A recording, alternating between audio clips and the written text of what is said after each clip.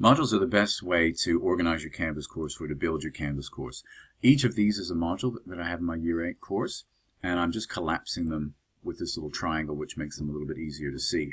When I started the course, I had the introduction at the top because that's what I wanted my students to see first. But now I have their compositions coming in, so modules allow me to drag these modules or units of work, these ideas, so that students see what's necessary at the top, or so they run in a logical order, however you like.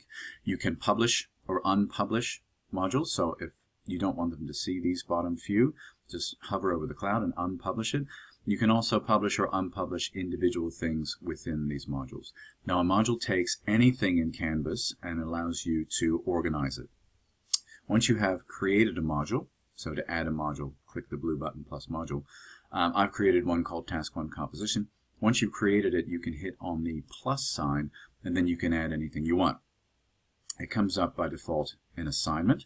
You can add one of the assignments you've already used, or you can create a new assignment.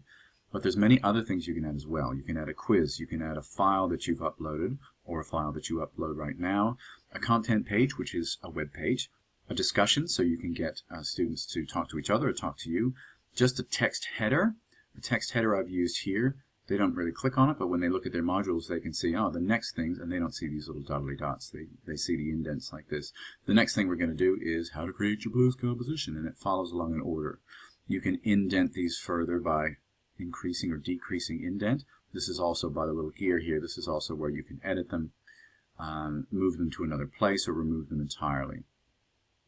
Going back to adding things, you can add external URL. So if you've got a website or some other place you want to take them to, you can add things like that. Now, a lot of people I know have used external URL to add Google Docs. So that will work, but it won't always set the sharing permissions correctly. So under External Tool, this is a better way to add your Google Docs. If you just want them to be one of the items that is listed under your module, I would go to External Tool, because Paul has actually built us a special tool called Google Drive.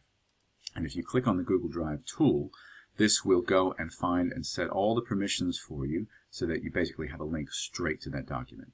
Now, in other videos, I'll show you how to embed these Google Docs and pages into pages, so you can have a task sheet within a page and then words around it. But this external tool will usually ask to be authorized, so you have to tell it which account you want to go from. And then it'll take you back and it will show you everything that's in your account. So if you're going to add anything, I would go to External Tool, click Google Drive, if you're going to add from Google Drive, and then find what you want in there. External Tool also has lots of other things. I won't add anything now. You can add Click View from there. You can add Khan Academy if you use that. If you're using Microsoft PowerPoints still, you can upload them to Office Mix, and that's how you embed them directly. And that's in another video as well.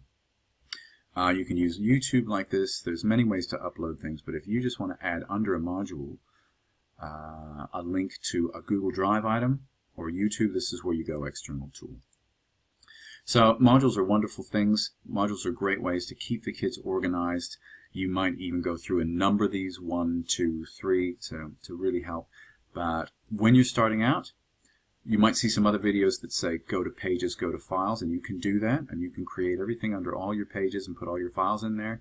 But I would recommend starting out on the modules and just add things to modules.